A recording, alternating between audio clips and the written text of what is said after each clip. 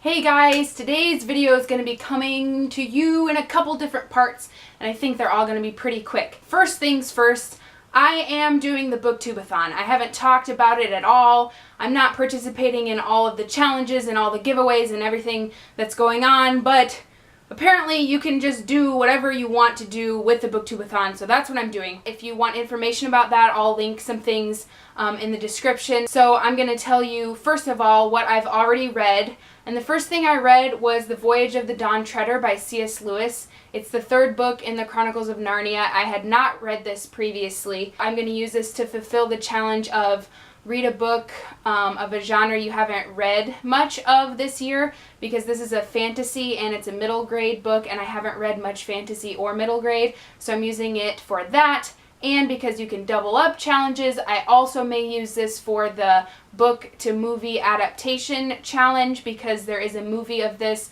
which I have seen. I didn't like it, but now that I've read the book, I might go back and watch the movie and see, you know, how it compares to the book. So that is what I read first. I started it Monday. I finished it yesterday. It was a quick read. I think it's only like 215 pages, so very, very fast. And then last night, in one sitting, I read this beautiful thing. And I've had this on hold at the library. I actually had my library buy it so that I could read it. And yeah, I loved it so much that I read it in one sitting. It was wonderful, wonderful, wonderful. I know some people are saying it's not as good as Rainbow Rowell's other stuff, but I honestly think it's just as good. I really, really loved it. I just really loved it, okay? This does not fill any of the challenges for me, I think, but I just read it anyway. So that's 2 books down. I don't have a TBR because I don't like planning like a whole block of books to read, because I never really know what I'm going to be in the mood for after I finish a book, but I have some things in mind. One thing for sure is the start and finish a series challenge. I bought this book the other day, Leviathan by Scott Westerfeld, and I also may use this for the book with pictures challenge, because this does have pictures. See?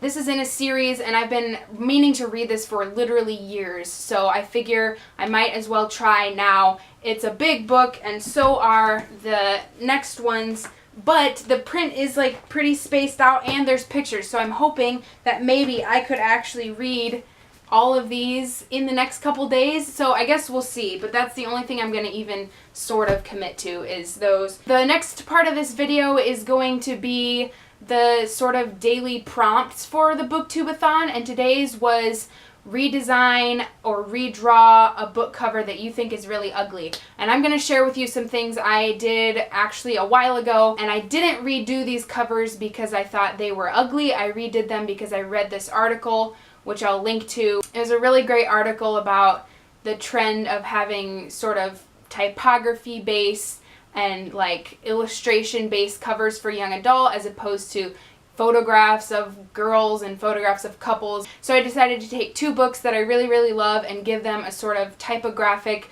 more illustrative cover makeover. I love these books. I think the original covers are great. I just did this for fun. The first book was Just One Day by Gayle Forman, and I'll show you the original cover, which is great. This cover appeals to me. I like it. This is the cover that I designed. I just decided to take some of the elements of the book and put them in more of like a vector graphic form. The second book I decided to do a makeover for is My Life Next Door by Huntley Fitzpatrick, and this is the original cover, which again I like. It appeals to me. I like young adult. I like romance, but there is something to be said for a cover that appeals to a broader audience, appeals more to adults and to boys and whatever. So this was the cover that I did for that book. So I don't necessarily think my covers are better. I just think it's interesting to consider how you might represent the story using something that's not a photograph. That's what I have, and I did do those a while ago. I don't know if that's cheating